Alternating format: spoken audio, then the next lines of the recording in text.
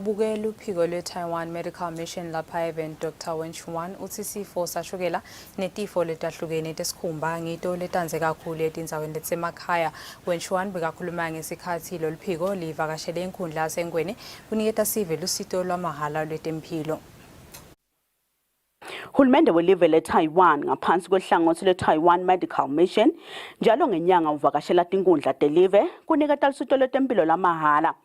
Ngemgcibelo ke lelibandla labodokotela be-Taiwan Medical Mission livakashele umphakathi waseBuseleni ngaphansi kwenkundla yaseNgwene kuniketa lona lolusito lwetempilo lifaka ekhatsi kuhlolwa tifo letingathathelwana lese kuphinzwe kwangeta nalolunye futhi lokuhlolela sifo samdlavuza.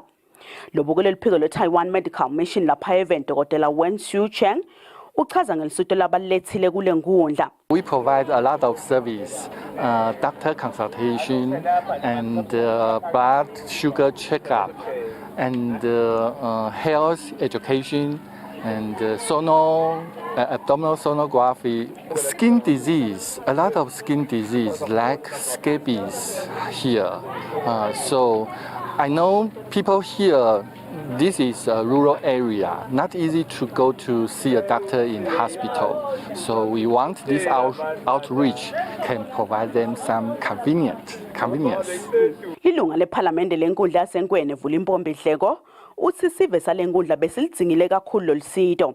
Bebalidinga kakhulu lolusito ngoba la eNgwene phasi kwalenkundla sithe vele isibhedlela sine clinic and ke njengoba wathi uthi live kulamalanga maphilisi ashoda lalapha eclinic betenge inombolo yabo ngoba bathi ukuthi batawuphuma amaphilisi nemithi bayitholile.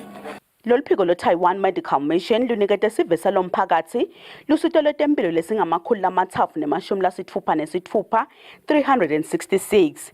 Etindzabeni yeSwatini TV kubika Samkelisiwe Khoza ngina Fortune Dlangamandla eNgwene.